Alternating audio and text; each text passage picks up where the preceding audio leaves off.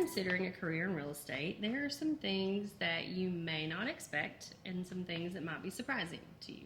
There are a lot of things that we do every day that ensure our success that are not very fun. That includes like lead generating, making sure that you're reaching out to your database of people that you've collected over the years that have either done business with you or their friends or family, people that you know. Staying in touch with them, which means emails, texts, phone calls, mail outs, just ways of staying in touch with those people. That can get a little boring, but it is very key to your success and something that we have built into our day. And again, sometimes that's a little boring, but it's just part of setting yourself up to make it. We have so much paperwork to do. Everything, because this is a legal transaction, it has to be right. And Checks, we have to know the cross paperwork T's, really well. Dotted I's, yeah. You think about real estate, you think about getting in the car, showing houses, like all the exciting, oh, someone's buying their dream home. And that does happen too, and that is fun. There's a lot of exciting aspects of this career, and I can't imagine doing anything else. But that's just something to consider, that there are some kind of boring day-to-day activities, but that's probably the same with any job. If you're brand new to real estate, like when we first started, there was very little training. I was handed a phone book and a phone with a cord, and they said, get after it. And so I did, but now there's like tons of training. There's so much training that it's overwhelming, and you come in thinking that, I'm ready to go to work, but you really can't work. You've just passed your test and gotten your license, but you really don't know what to do.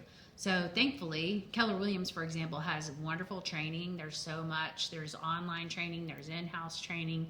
There's one-on-one training. There's, hey, come and follow somebody that's been doing this for a long time, because we are an open book policy. Yeah. And we invite anyone to, everyone pretty much shares their secrets and says, hey, if you want to try it, we'll show you what we're doing, and you're welcome to do it too. That's a lot. There's also the Keller Williams International Training, which you can go to Family Reunion, Mega Camp, and you can learn from the best in the business. And that's just not local best in the business. That is nationwide or even international. And that's amazing to learn their secrets as well, because sometimes it will work for your market and where you are and how you want to do business. Sometimes not, but it is really neat to see how other people do business. And you can also network with agents outside of your area and steal ideas from each other. And that way, you don't feel like you're just doing something that someone else is doing right down the street. You're doing something that someone in Texas is doing. So that's kind of a fun way to work as well. Sure. Yeah. How are we paid as real estate agents? So we get a big fat check at closing, and it's all ours. Yeah. Right? No, that's unfortunately not the case. So a seller pays the commission at closing typically. We do have instances where the buyer pays it, but it's not that common. Even after the last year of changes, it is still the seller we're seeing in our market that does pay the full commission. We don't charge anything up front. So we cover all the expenses, or Amy covers all the expenses of marketing, photography, all that happens up front, and then we are only paid at closing once the sale is done and the seller has their check. And that is typically split between the buyer agent and the listing agent.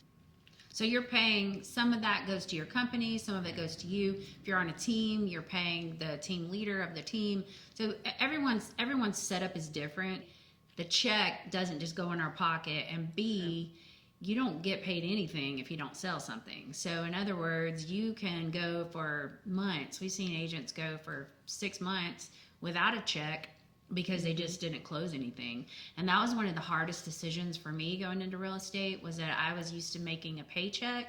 Now, granted, it was not very good, but I got a paycheck and I knew it was coming and I knew I could count on it. And when that was gone, suddenly I didn't anymore. All I got was a check when I produced. So, there is no ceiling, and that's my favorite thing about real estate. There is absolutely no ceiling on what you can achieve in this career, and that's so exciting. But you cannot, there is no, the bottom is the bottom. If you don't make anything, you don't make anything. Now, you can go into other little side jobs in real estate and make extra money. You can be a transaction coordinator for a team.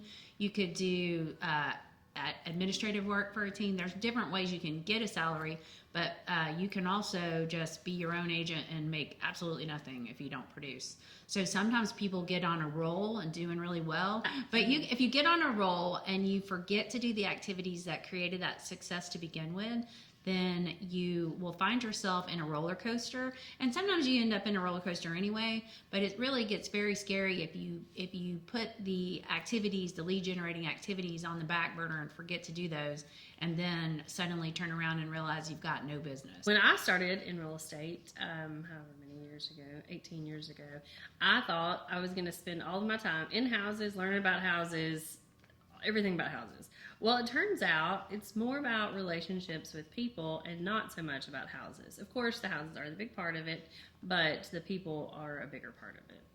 And you go into this, like, especially when you're brand new, a lot of your business is going to, if it's not like a family member who's just giving you a shot, it's going to be a first-time home buyer. It's going to be the younger people that are just getting started.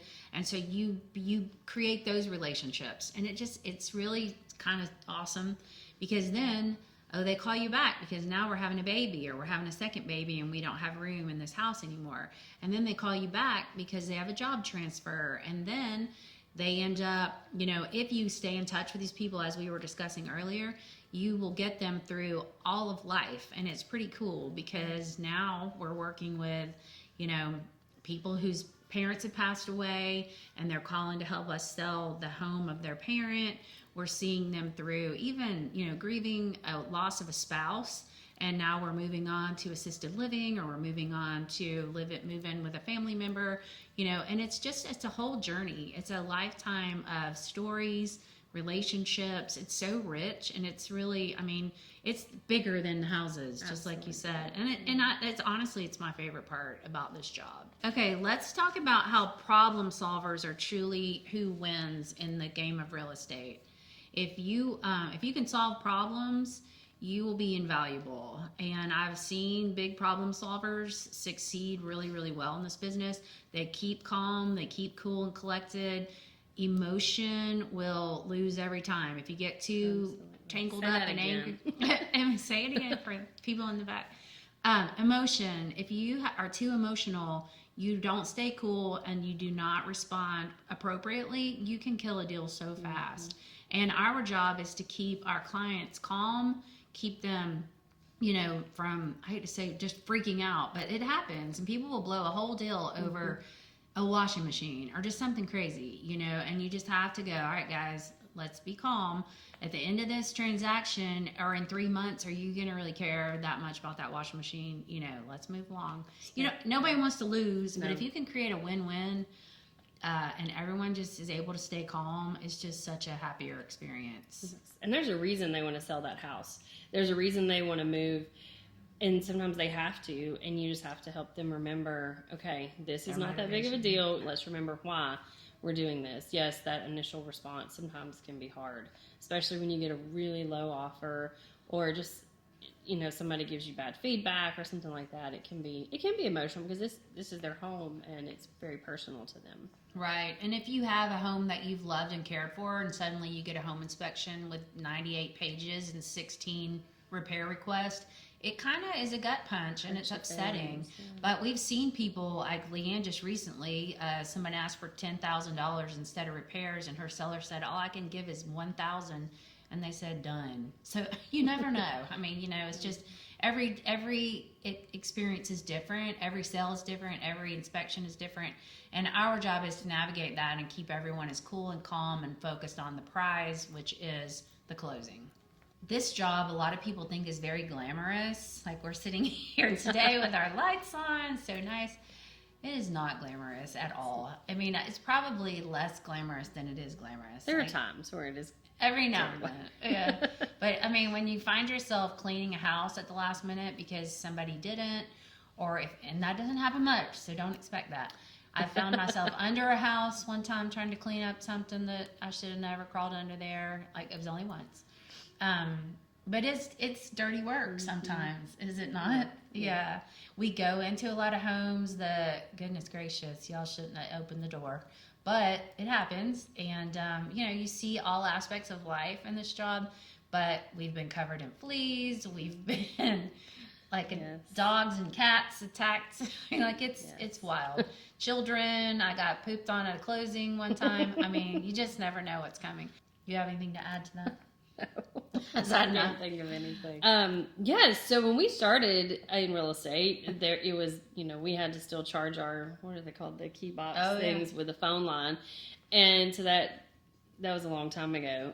Since then, it has evolved into, we not only are experts in real estate, but now we are content makers. So we are here making content for social media and for an online presence, and that is also a big part of it. And we try to keep our social media relevant. We try to keep it entertaining. Sometimes it probably falls flat of that or short of that, but for the most part, we like to, be fun, and we enjoy it, really. I mean, if that was all we had to do, it'd be really fun.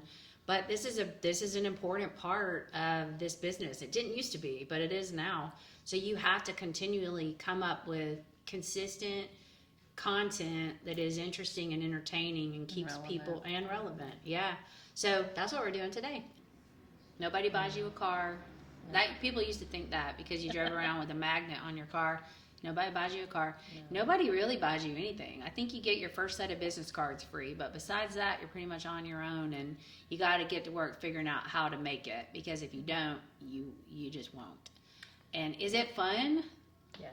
It is fun. It is a fun job. I love it. I really love it. I have loved it ever since I started.